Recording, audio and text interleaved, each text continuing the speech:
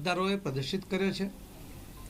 લગભગ 49 સીટો હમણાં સુધી આગળ છે અને કદાચ 50થી વધુ સીટો પર ક્લિયર મેજોરિટી સાથે ભારતીય જનતા પાર્ટી ત્રીજી વાર હરિયાણામાં સરકાર બનાવવા જઈ રહી છે।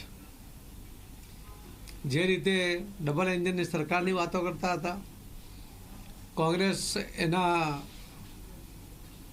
મજાક ઉડાવતો હતો, પરંતુ જે થયેલા વિકાસના કામોને કારણે હરિયાણાના મતદાર ભાઈ બહેનોએ ફરીથી ત્રીજી વાર પણ ભારતીય જનતા પાર્ટીને સત્તા સોંપી છે અને જવાબદારી આપી છે। કોંગ્રેસના જૂઠાણાઓની વચ્ચે સતત એમણે નેગેટિવ પ્રચાર કરવા છતાં લોકોનું મન એ સ્પષ્ટપણે માનનીય પ્રધાનમંત્રી શ્રી નરેન્દ્ર મોદી સાહેબમાં વિશ્વાસ મૂકવાનો હતો। નહીં, આજે પ્રદર્શિત થયું છે। એના માટે હરિયાણાના સૌ ભાઈ બહેનોને ખૂબ ખૂબ એમનો અભિનંદન આપું છું, એમનો આભાર વ્યક્ત કરું છું। અને માનનીય પ્રધાનમંત્રી શ્રી મોદી સાહેબના નેતૃત્વમાં ભારતીય જનતા પાર્ટીએ જે વિજય પ્રાપ્ત કર્યો છે એના માટે મોદી સાહેબને પણ આભાર માનીએ છીએ અને સૌ હરિયાણાના કાર્યકર્તાઓને, મતદાતા ભાઈ બહેનોને પણ ખૂબ ખૂબ અભિનંદન આપીએ છીએ।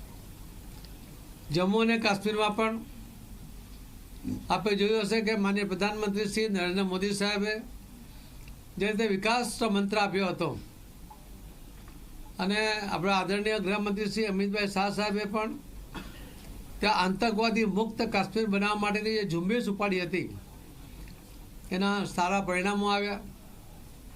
લોકોનો કામ ધંધો શરૂ થયો, લોકો ભયમુક્ત થયા અને એના કારણે જે ગણતરી ચાલી રહી છે એમાં 27 સીટથી વધુ સીટો પર ભારતીય જનતા પાર્ટી એ આગળ ચાલી રહી છે અને કોંગ્રેસ એની પાસે 10થી 12 સીટો પર જ આગળ ચાલી રહી છે।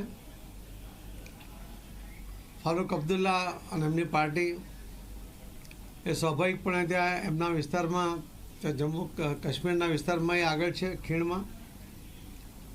પરંતુ ફરીથી પણ આ સાબિત થયું છે કે કાશ્મીરના લોકો પણ વિકાસની રાહ જોતા હતા। કાશ્મીર માટેના 370ની કલમ પછી એમને મળેલી આઝાદી, એમને મળેલા અધિકારોને કારણે એ પણ માનનીય પ્રધાનમંત્રી શ્રી નરેન્દ્ર મોદી સાહેબમાં વિશ્વાસ મૂકતા હતા અને વિકાસની અપેક્ષા પણ કરતા હતા, જે મોદી સાહેબે પૂર્ણ કરી।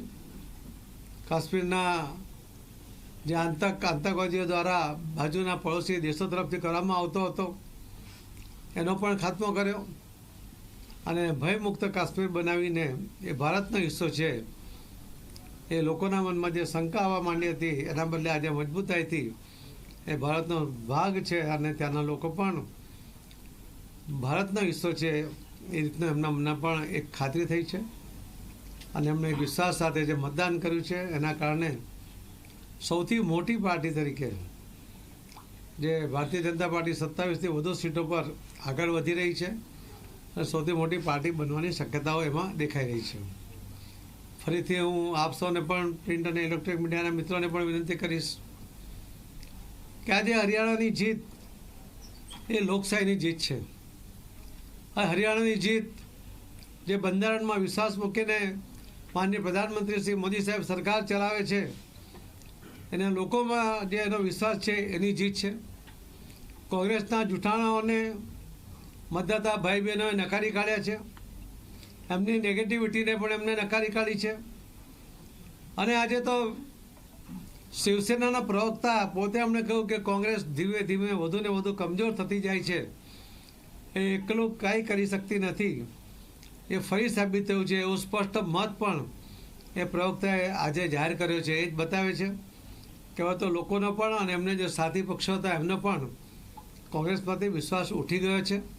ફરીથી આપના માધ્યમથી સૌ મતદાતા, સૌ આગેવાનોનો આભાર અને મોદી સાહેબના અભિનંદન સાથે એમનો આભાર વ્યક્ત કરીને મારી વાતને પૂર્ણ કરું છું। ધન્યવાદ।